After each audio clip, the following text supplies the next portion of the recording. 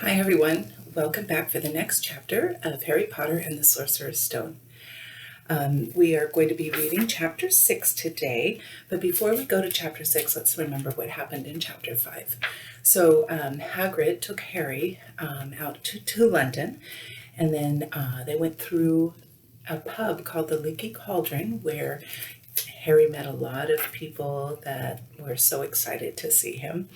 They went through the back way onto Diagon Alley, where they went to all the shops where Harry had to go to get his school supplies, the bookstore, and he went to get his wizard robes, and he went to get his wand, and when he got the wand, it was a very special one, because remember, the wand chooses the wizard.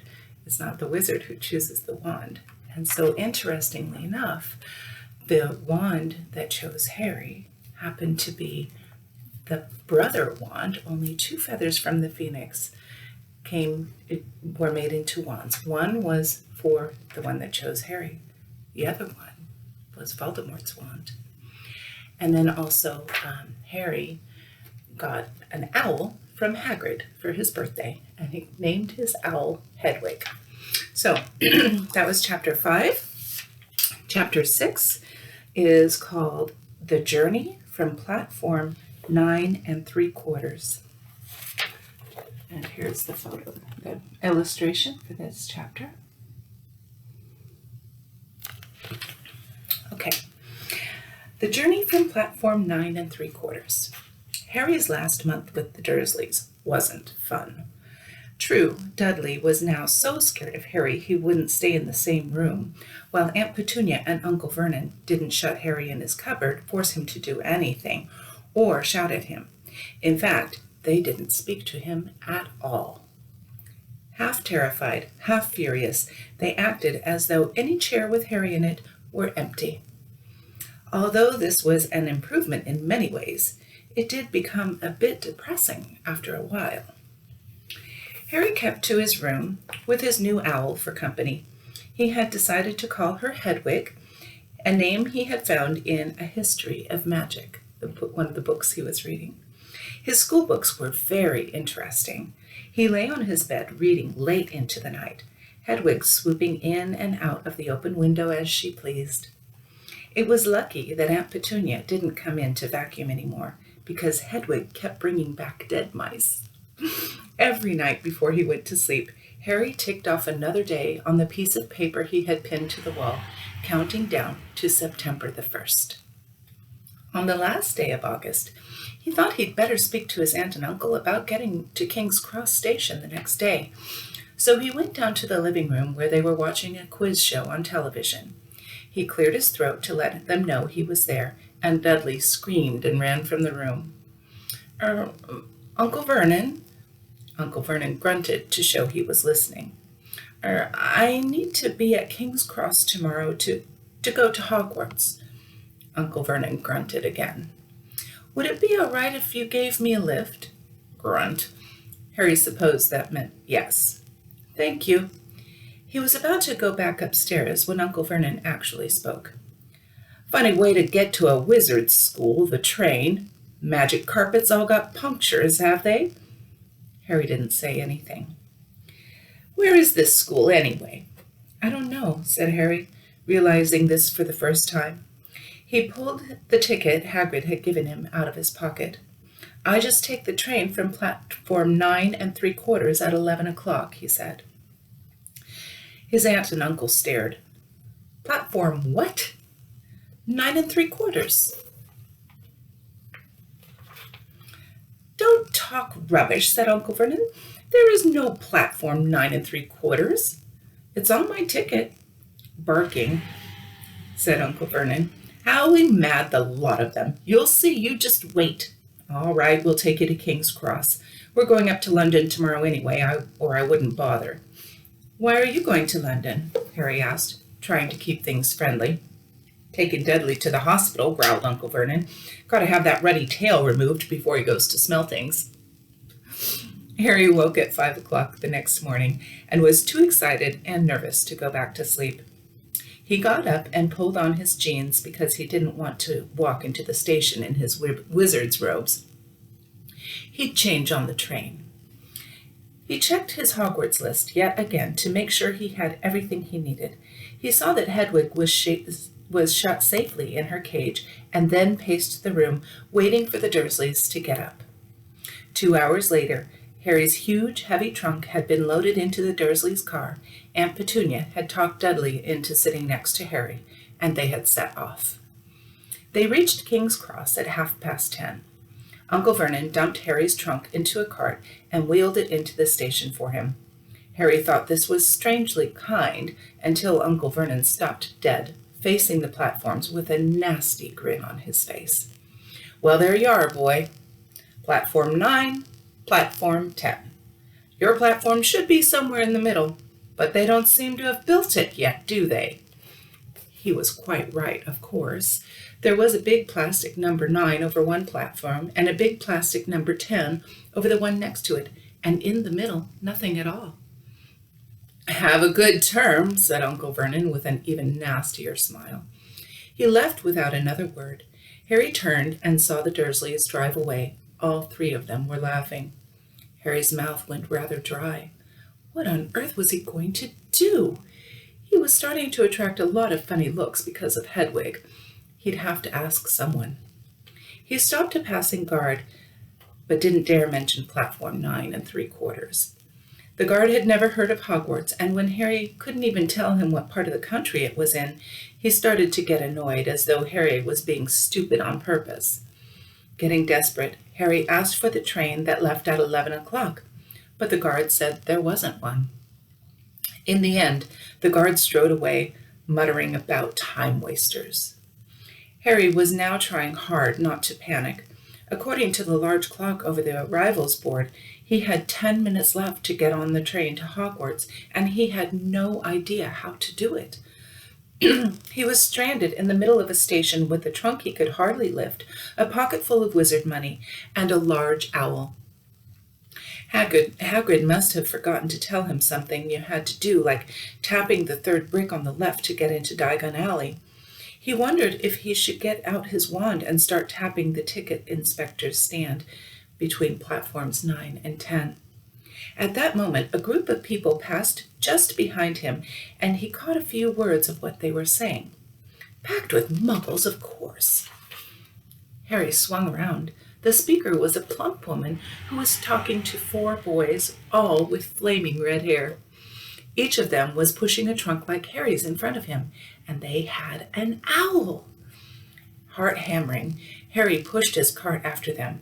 They stopped, and so did he, just near enough to hear what they were saying. "Now, what's the platform number?" said the boy's mother. 9 3/4, piped a small girl, also red-headed, who was holding her hand. "Mom, can't I go?" "You're not old enough, Ginny. Now be quiet. All right, Percy, you go first." What looked like the oldest boy marched toward the platforms 9 and 10. Harry watched carefully, careful not to blink in case he missed it. But just as the boy reached the dividing barrier between the 2 platforms, a large crowd of tourists came swarming in front of him, and by the time the last backpack had cleared away, the boy had vanished. "Fred, you next," the plump woman said. "I'm not Fred, I'm George," said the boy. "Honestly, woman, you call yourself our mother. You can't tell I'm George." "Sorry, George, dear." "Only joking, I'm Fred," said the boy, and off he went. His twin called after him to hurry up, and he must have done so because a second later he had gone. But how had he done it? Now the 3rd brother was walking briskly toward the barrier. He was almost there, and then quite suddenly he wasn't anywhere. There was nothing else for it. "Excuse me," Harry said to the plump woman.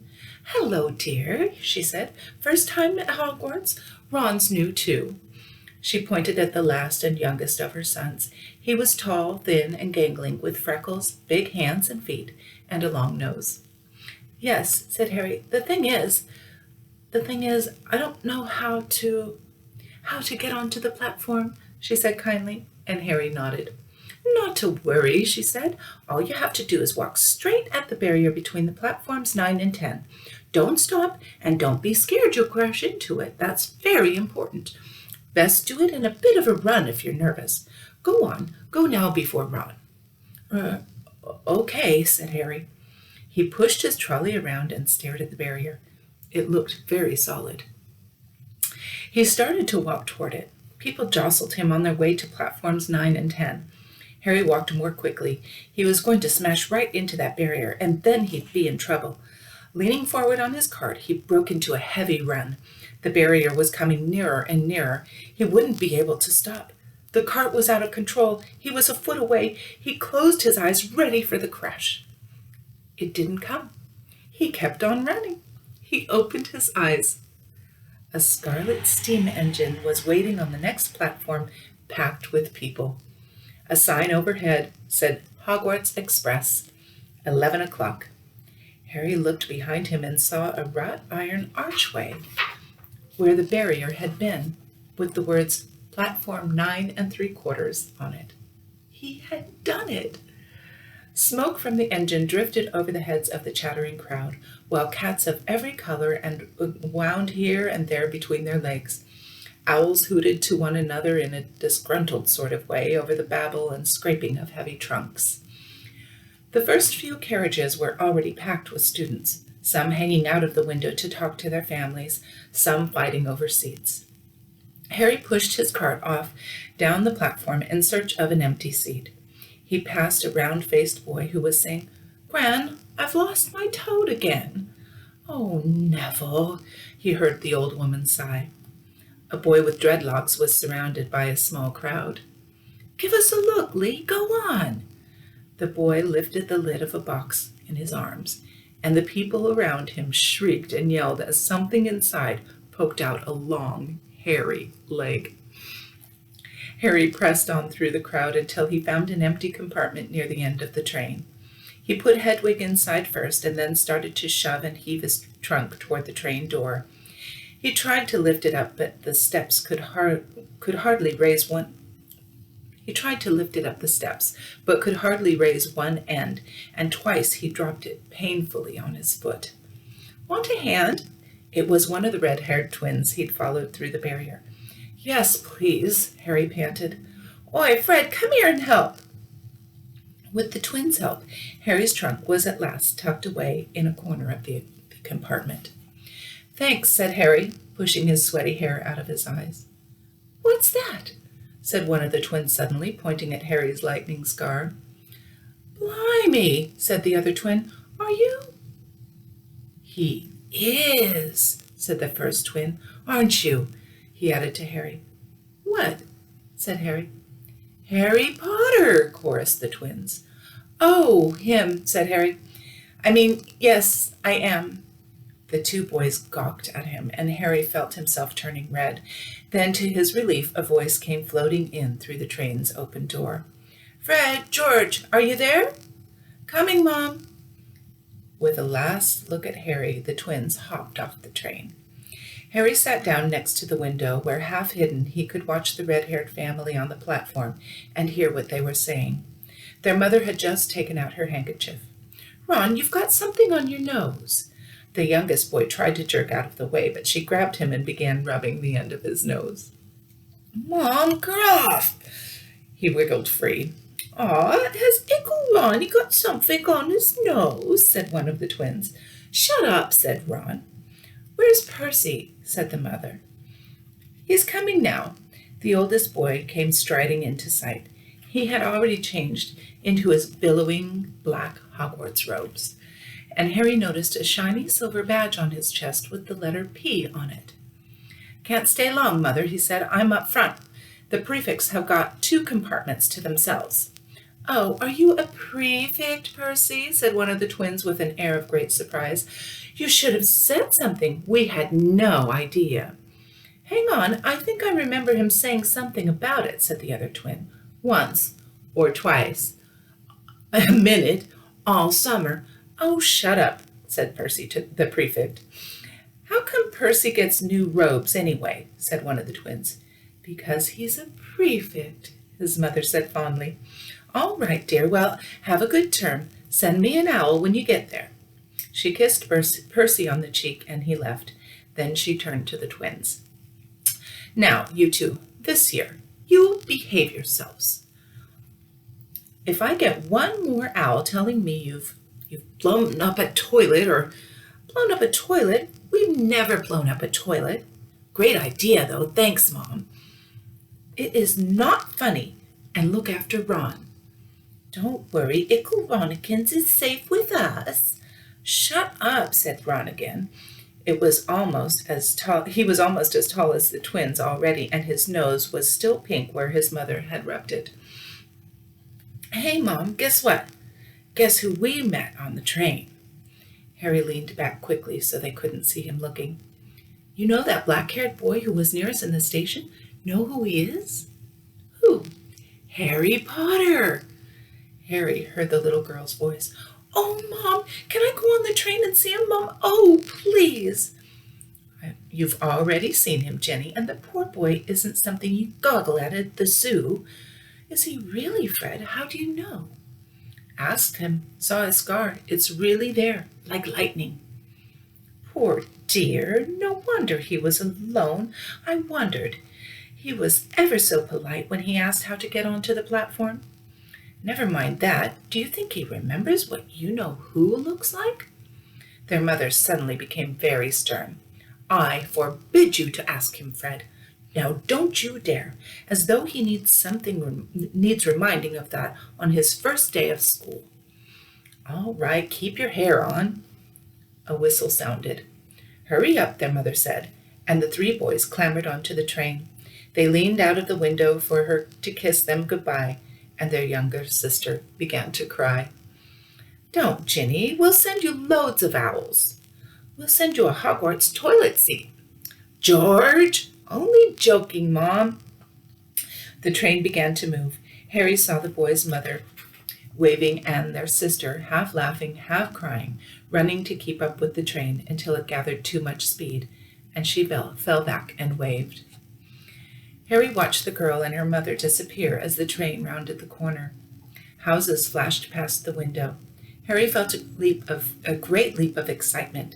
He didn't know what he was going to, but it had to be better than what he was leaving behind. The door of the compartment slid open, and the youngest red-headed boy came in. Anyone sitting here? He asked, pointing at the seat opposite Harry. Everywhere else is full. Harry shook his head, and the boy sat down. He glanced at Harry, and then looked quickly out of the window, pretending he hadn't looked. Harry saw he still had a black mark on his nose. Hey, Ron, the twins were back. Listen, we're going down the middle of the train. Lee Jordan's got a giant tarantula down there. Right, mumbled Ron. Harry, said the other twin, did we introduce ourselves? Fred and George Weasley, and this is Ron, our brother. See you later, then. Bye, said Harry and Ron. The twins slid the compartment door shut behind them. Are you really Harry Potter? Ron blurted out. Harry nodded.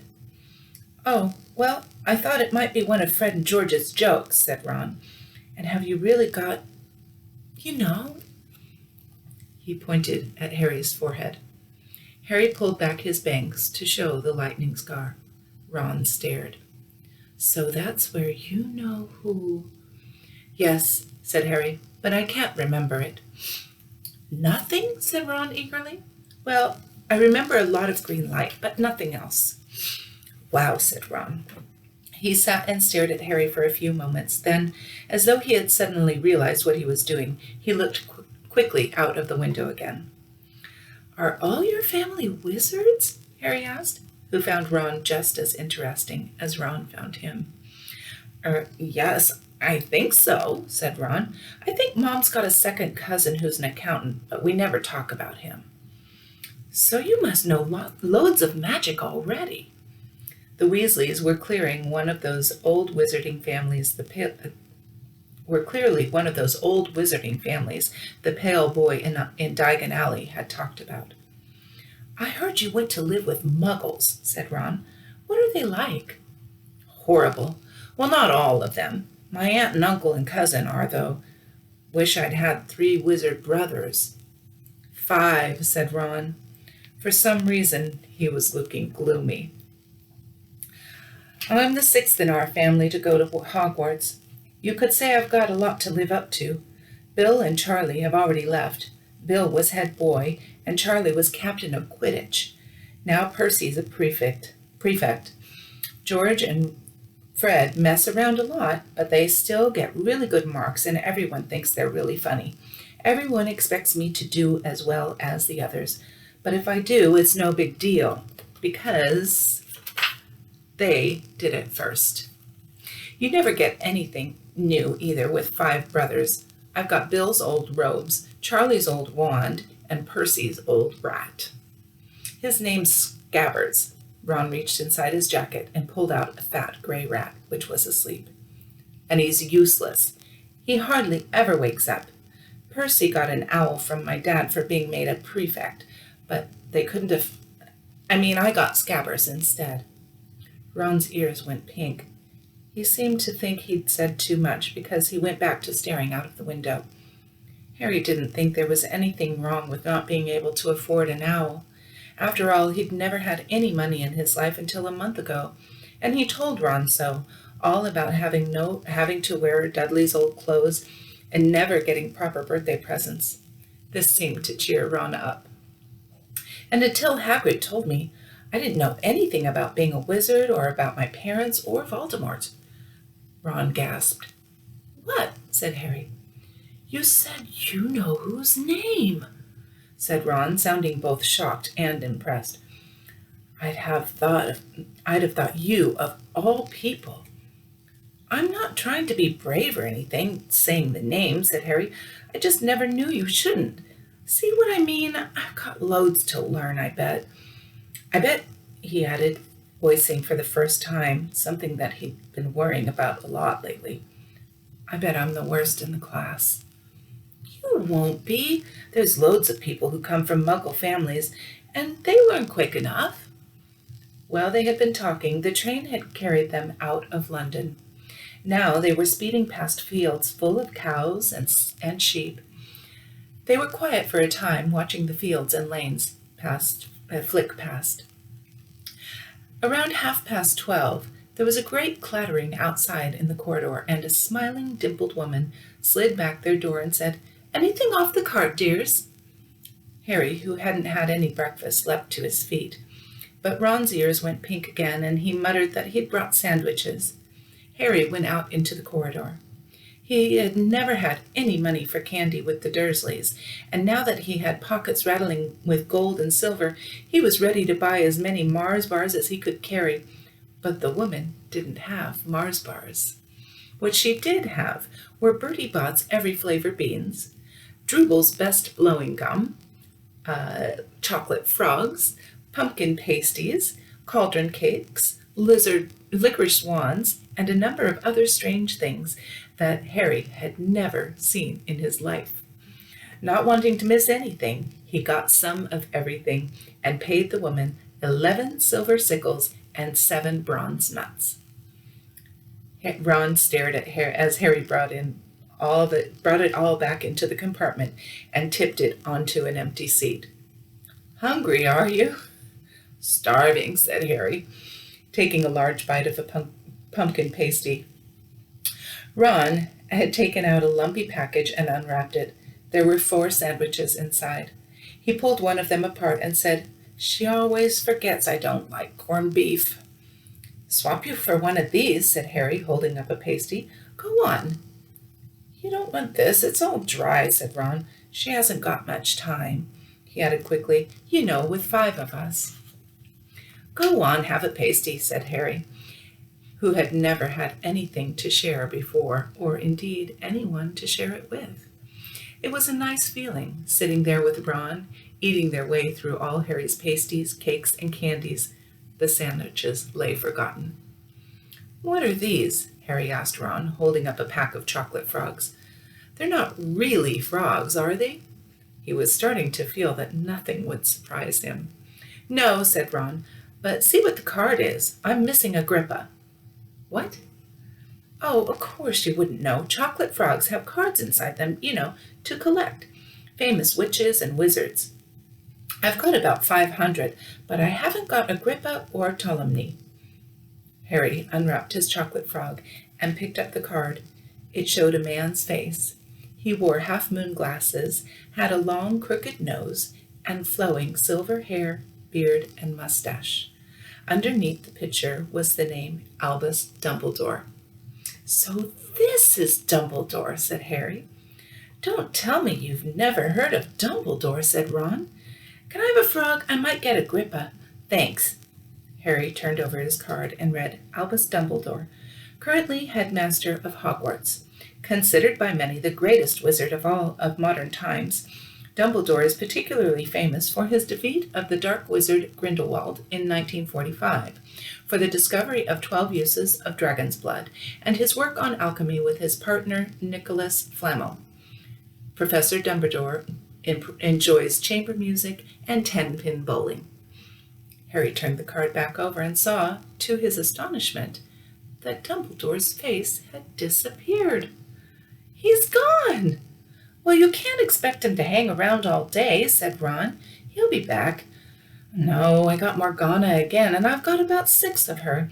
Do you want it? You can start collecting." Ron's eyes strayed to the pile of chocolate frogs waiting to be unwrapped. "Help yourself," said Harry. "But in, the Muggle world, people just stay put in photos." "Do they? What, they don't move at all?" Ron sounded amazed. "Weird," he said. Harry stared as Dumbledore sidled back into the picture on his card and gave him a small smile. Ron was more interested in eating the frogs than looking at the famous witches and wizard cards, but Harry couldn't keep his eyes off of them. Soon he had not only Dumbledore and Morgana, but Hengist of Woodcroft, Alberic, Grunion, Circe, Paracelsus, and Merlin. He finally tore his eyes away from the druidess Cleodna, who was scratching her nose, to open a bag of Bertie Bott's every-flavored beans. "You want to be careful with those," Ron warned Harry. "When they say every flavor, they mean every flavor. You get all the ordinary ones like chocolate and peppermint and marmalade, but then you can get spinach and liver and tripe. George reckons he got a booger-flavored one once." Ron picked up a green bean, looked at it carefully, and bit the corner. "Ugh! See? Sprouts!" They had a good time eating the every-flavored beans. Harry got toast, coconut, baked bean, strawberry, curry, grass, coffee, sardine, and was even brave enough to nibble the end off a funny gray one that Ron wouldn't touch, which turned out to be pepper. The countryside, now flying past the window, was becoming wilder. The neat fields had gone. Now there were woods, twisting rivers, and dark green hills. There was a knock on the door of their compartment, and the round-faced boy Harry had passed on platform 9 3/4 came in. He looked tearful. "Sorry," he said, "but have you seen a toad at all?" When they shook their heads, he wailed, "I've lost him. He keeps getting away from me." "He'll turn up," said Harry. "Yes," said the boy miserably. "Well, if you see him." He left. "Don't know why he's so bothered. If I'd brought a toad, I'd lose him as quick as I could. Mind you, I brought scabbers, so I can't talk." The rat was still snoozing on Ron's lap. "He might have died, and you wouldn't know the difference," said Ron in disgust. "I tried to turn him yellow yesterday to make him more interesting, but the spell didn't work. I'll show you, look." He rummaged around in his trunk and pulled out a very battered-looking wand. It was chipped in places, and something white was glinting at the end. "Unicorn hair is nearly poking out. Anyway." He had just raised his wand when the compartment door slid open again. The toadless boy was back, but this time he had a girl with him. She was already wearing her new Hogwarts robes. "Has anyone seen a toad? Neville's lost one," she said. She had a bossy sort of voice, lots of bushy brown hair, and rather large front teeth. "We've already told him we haven't seen it," said Ron, but the girl wasn't listening. She was looking at the wand in his hand. Are you doing magic? Let's see it then. She sat down. Ron looked taken aback. All right. He cleared his throat. Sunshine daisies, butter mellow, turn this stupid fat rat yellow. He waved his wand, but nothing happened. Scabbard stayed gray and fast asleep. Are you sure that's a real spell? Said the girl. Well, it's not very good, is it? I've tried a few simple spells just for practice, and it's all worked for me. Nobody in my family is magic at all. It was ever such a surprise when I got my letter, but I was ever so pleased, of course. I mean, it's the very best school of witchcraft there is, I've heard. I've learned all their course books by heart. Of course, I just hope it will be enough.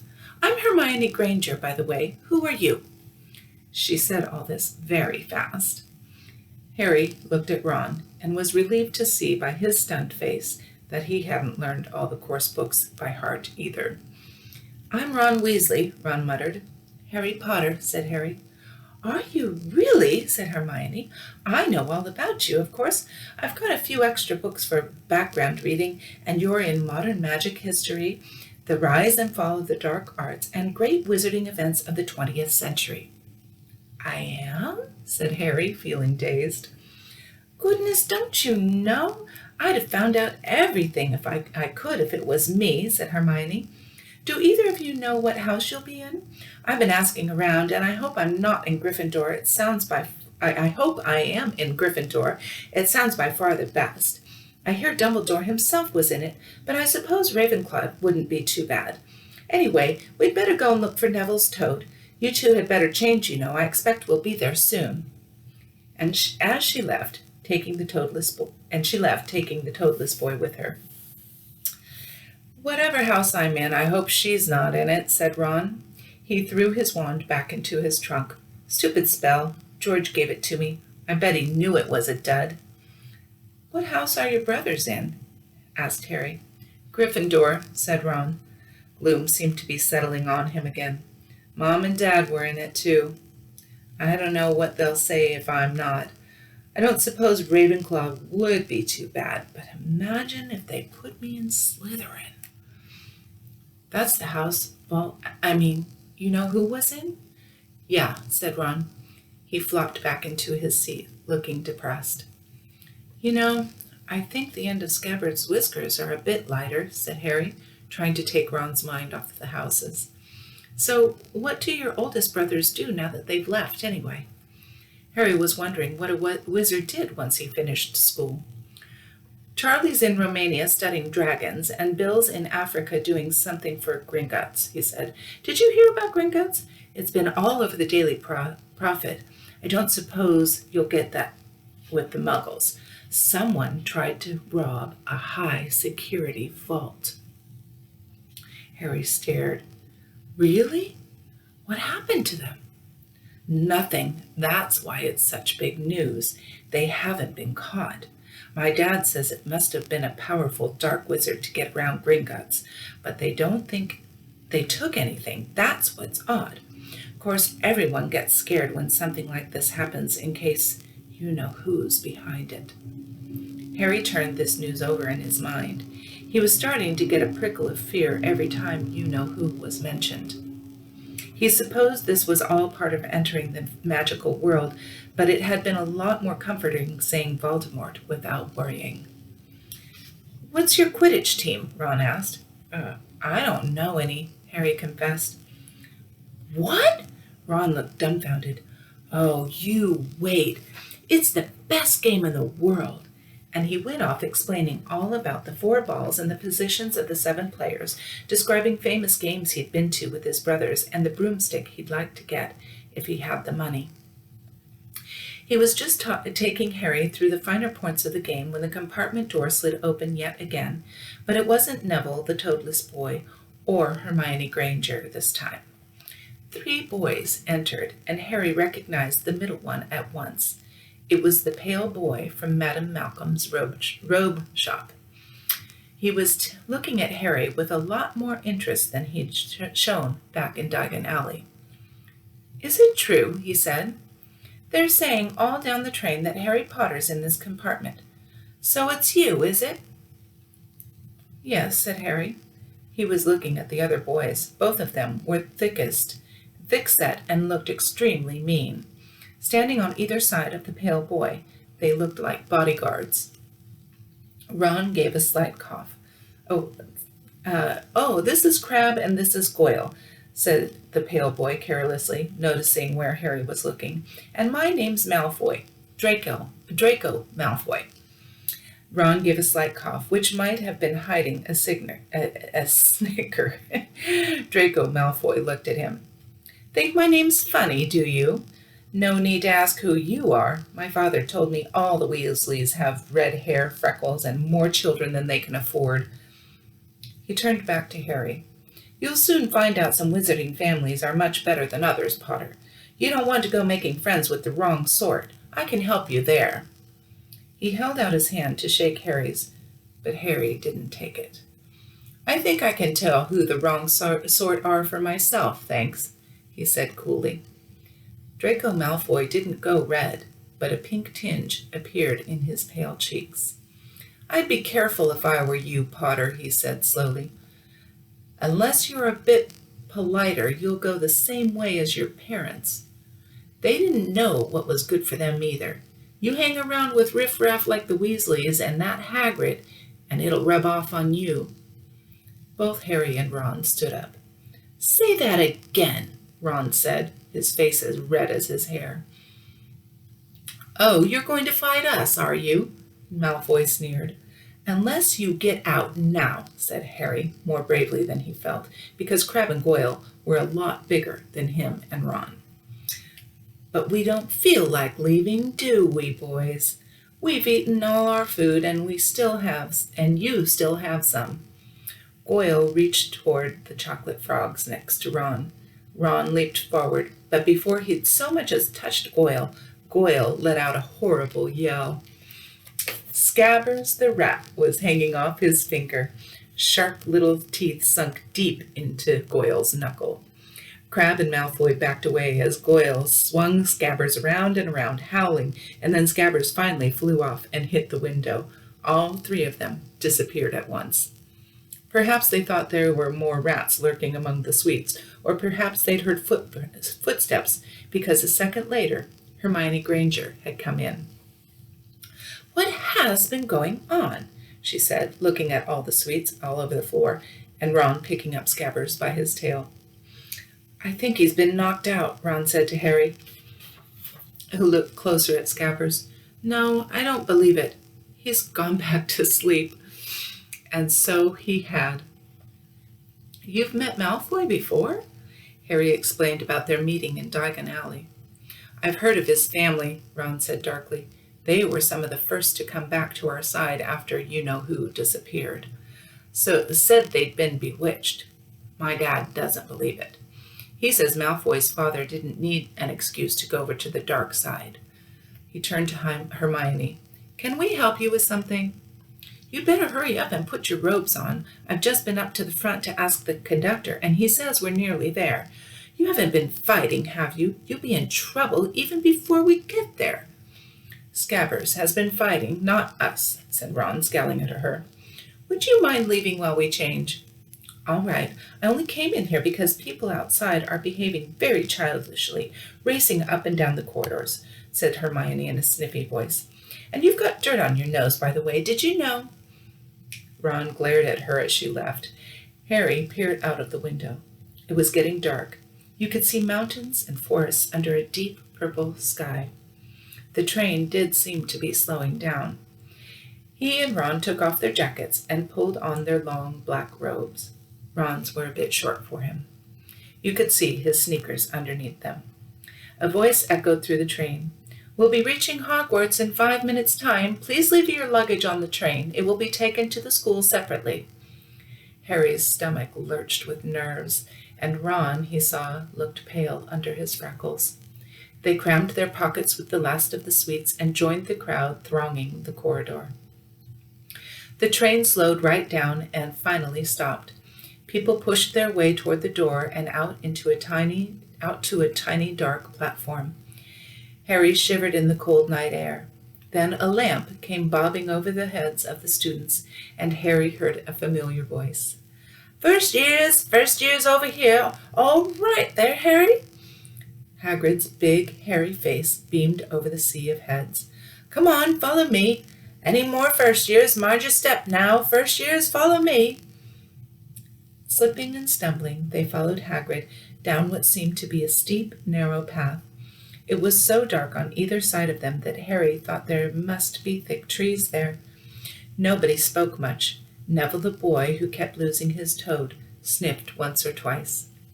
You'll get your first year's sight of Hogwarts in a sec, Hagrid called over his shoulder. Just round this bend here. There was a loud ooh. The narrow path opened suddenly onto the edge of a great black lake. Perched atop a high mountain on the other side, its windows sparkling in the starry sky, was a vast castle with many turrets and towers. No more'n 4 to a boat, Hagrid called, pointing to a fleet of little boats sitting in the water by the shore. Harry and Ron were followed into their boat by Neville and Hermione. Everyone in? Shouted Hagrid, who had a boat to himself. Right then, forward! And the fleet of little boats moved off all at once, gliding across the lake, which was as smooth as glass. Everyone was silent, staring up at the great castle overhead. It towered over them as they sailed nearer and nearer to the cliff on which it stood. Heads down, yelled Hagrid, as the first boats reached the cliff. They all bent their heads, and the little boats carried them through a curtain of ivy that hid a wide opening in the cliff face. They were carried along a dark tunnel which seemed to be taking them right underneath the castle, until they reached a kind of underground harbor where they clambered out onto rocks and pebbles. Oi, you there! Is this your toad? Said Hagrid as he was checking the boats as people climbed out of them. Trevor! Cried Neville blissfully, holding out his hands. Then they clambered up a passageway in the rock after Hagrid's lamp, coming out at last onto smooth, damp grass right in the shadow of the castle. They walked up a flight of stone steps and crowded around the huge oak front door. Everyone here? You there? You still got your toad? Hagrid raised a gigantic fist and knocked 3 times on the castle door. And that is the end of chapter 6.